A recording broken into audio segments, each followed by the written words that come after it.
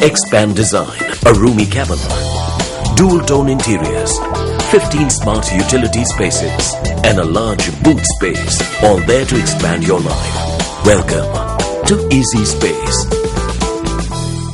Australia's Immigration Minister Scott Morrison defended his country's tough policies on asylum seekers today, saying measures that include the detention of children and denial of permanent visas were needed to stop dangerous people smuggling ventures. Now, Scott Morrison was giving evidence to an Australian Human Rights Commission inquiry into the well-being of children in immigration detention centres on the Australian mainland and on remote islands in the Pacific and Indian Oceans.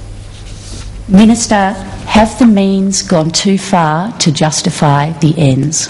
I saw too many children die in the sea not to pursue the policies I'm pursuing. Strong sentiments from an embattled minister who is under fire over his government's treatment of asylum seekers. Earlier in the week, the minister said he expected to release some 150 children aged under 10 from mainland detention centres, as well as a large number of the 1,547 in community detention in Australia. But children held on offshore facilities on Christmas Island and Nauru, who arrived after the 19th of July 2013, are excluded under Australia's tough immigration policy.